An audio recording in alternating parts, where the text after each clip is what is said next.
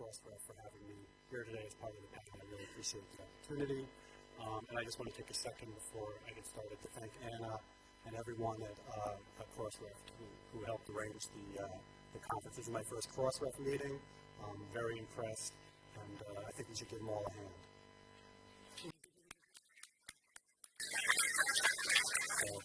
Thank you. I also think so I'm a self-professed peer review geek, and I think it's really cool and appropriate that we're having this panel on peer review today here at the Royal Society, because I believe it was Henry Oldenburg in 1665, and I think Laurie had a picture of the journal here, Philosophical Transactions. Many people agree that was kind of the first case of a journal using peer review and evolved from there.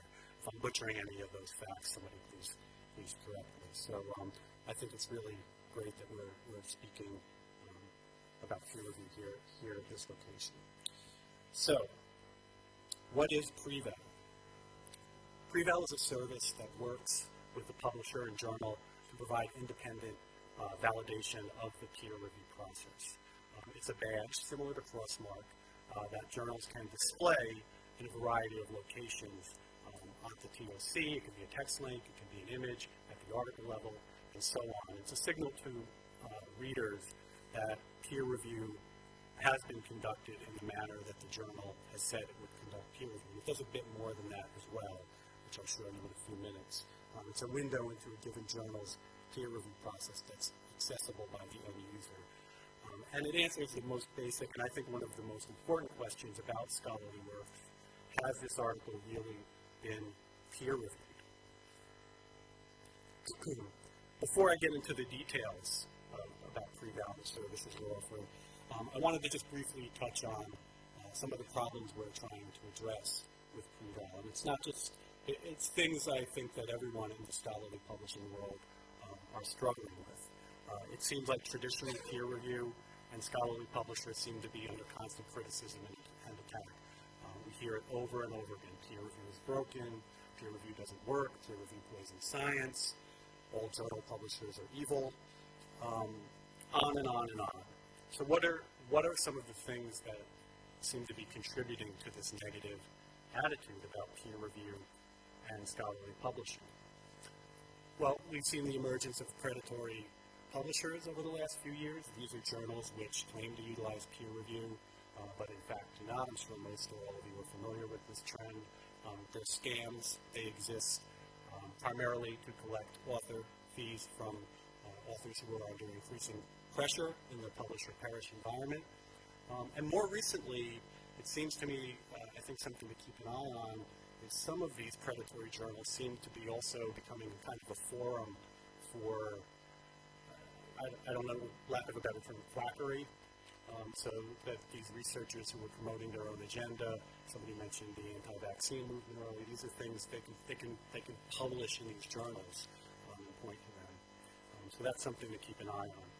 We've also had some high-profile cases of faulty research being published in high-profile journals, which seem to support the case that the system is flawed.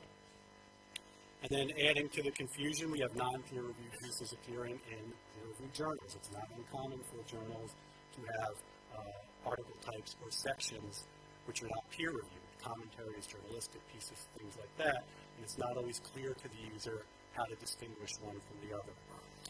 And then we have some neat catchphrases and buzzwords out there floating around, such as publish then filter, and publishing is a button, that the critics like to use when making their case against peer review and journal publishers.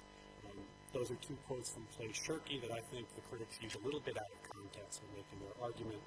Publish then filter refers to this idea that we should just put everything up online and let anyone and everyone comment on it, and in theory, the cream will rise to the top. I think self-publishing, that idea is fine if you're publishing, self-publishing the next Hunger Games or 50 Shades of Grey or whatever, but in my opinion, I'm not so sure it's the best idea all the time for scholarly works. Publishing as a button refers to the idea that, well, with technology today, everything is so cheap and easy, a researcher could just put their work up on a blog or a website or whatever. So what do we even need journals or publishers for anymore. And these are some high-profile examples. There are certainly many, many more, and we're limited for time. I'm not going to go through all of these. But again, these are the high-profile examples that the critics point to when making their case. They feed the boogeyman or the urban myth that peer review is broken, the sky is falling, everybody hates peer review. Again, I'm not going to go through all of these, but I'm sure by now everyone's familiar with the Bohannon's thing from last year. More recently, we had one journal needing to retract over 60 articles because of what's become known as a peer review ring. And just a couple of days ago, that same situation happened again. If you're familiar with Retraction Watch, there was an article on there. Same thing happened. An author somehow managed to create fake reviewer accounts, and it looks like he reviewed his own paper. So again, these are high-profile, extreme examples, and I want to stress that this is not an open access problem. This is a problem that affects everybody. It's about peer review. It's not about access model. So in spite of the very vocal negative rhetoric and the few bad apples who do kind of game the system and ruin it for the rest of us, it's important to look at the big picture. Now, these are some stats from multiple surveys. Again, because of time limitations, I'm not going to rattle all of them off. But again, let's look at the big picture. I think the numbers support the fact that the overwhelming majority of those in the scholarly community value peer review. Real quick, so 91% believe that their last paper was improved as a result of peer review. 84% believe that without peer review there would be no control in scientific communication. And a recent survey, the Author Insight survey, which just came out a couple of weeks ago, 93% of science authors consider quality of peer review when deciding where to publish. So I think all of this points to the idea. I pulled out a quote from one of the surveys at the bottom. I think the numbers, and my experience anyway, support the idea that peer review is the central pillar of trust. And this is more important than ever because journal publishing is getting really, really crowded. Over 28,000 journals were published last year, and this number continues to grow. Nearly 2 million articles published, and this huge pool of content is made up of different access models, different approaches to peer review, and a variety of level of quality. So it's also important to point out that peer review isn't one thing, as we're going to hear, and it can't be assumed. What I mean by that is just because a journal says it conducts peer review, as we all know, doesn't mean that it does. That's the first assumption. The other assumption is that I think many feel that if Journal A conducts peer review one way, they expect Journal B and Journal C to conduct peer review the same way, and that is not the truth. In fact, it's probably the opposite of the truth. There isn't just one right way to peer review, although there are some weaker or non-existent approaches. Preprint archives, we're going to hear from Richard in a little bit, traditional pre-publication peer review, open peer review, post-publication peer review, these other efforts we're going to hear about, Peerage in Science and Frontiers. These are all valid approaches to peer review as long as they're conducted ethically and the way they're supposed to be conducted. The problem is that, one of the problems is that journals that do have high standards, regardless of what their approach to peer review is, they currently have no way to show this or to get credit for the hard work that they do. There are these trends toward light peer review and the critics, which I mentioned a few minutes ago, which are dominating the discussion, while it seems that quality is having a harder time finding a voice. So how do we give voice to the various legitimate approaches, increase trust and transparency in a way that's convenient, fair, and hopefully unbiased? So how do we do that? Well, we use tools for this in our everyday life all the time. We have energy guides, nutrition labels, and I just learned here, for the first time here in London, that there's something called the Campaign for Real Ale camera, which is a tool they use here to evaluate ale. And I can tell you, based on last night, that it works pretty good.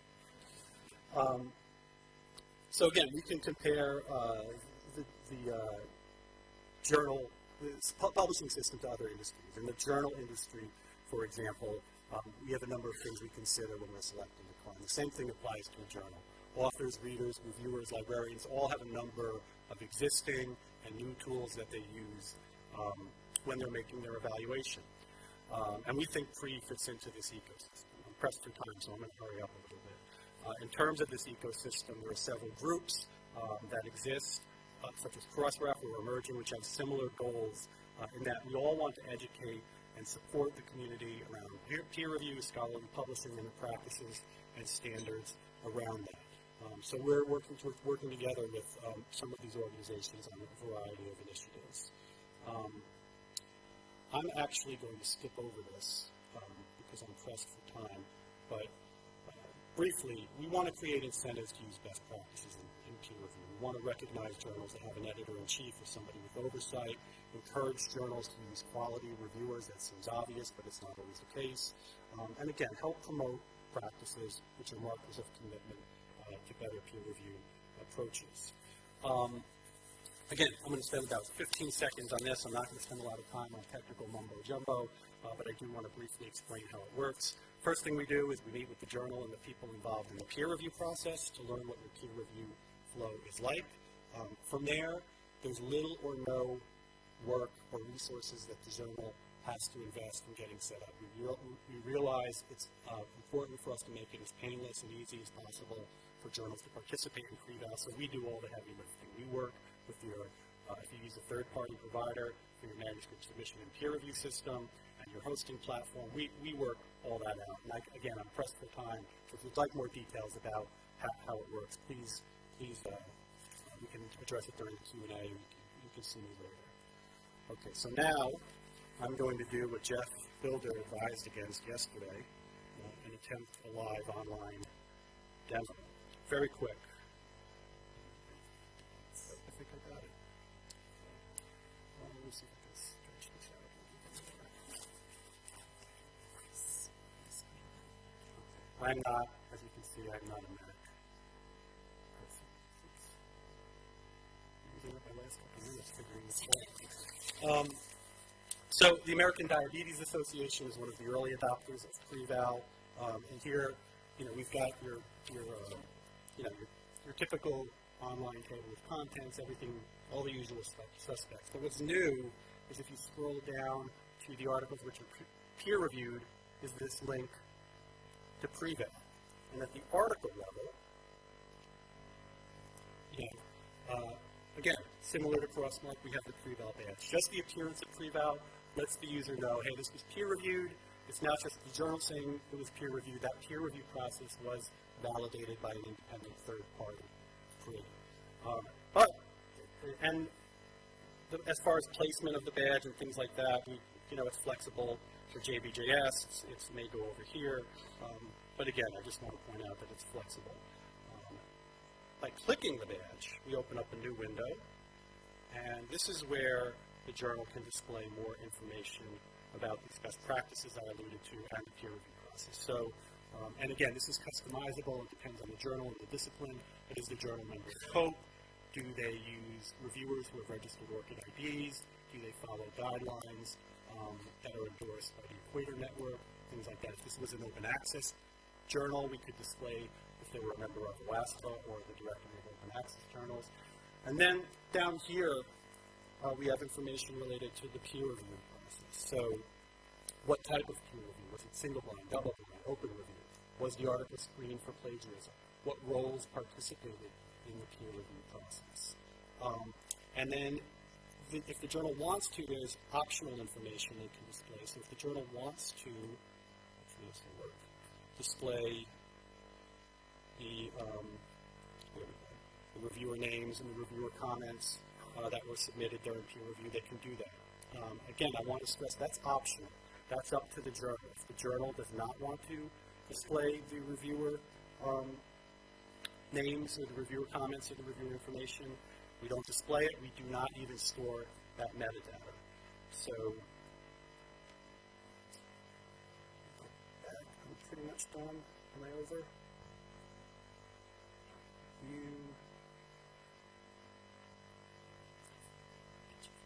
Present. Okay. All right, so we don't need these because the online demo worked.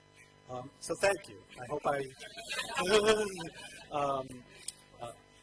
I had 4 seconds left, so I look forward to any questions or comments, good, bad, indifferent, anyone may have. I guess we could do that at the end because I want to be sensitive. Thank you.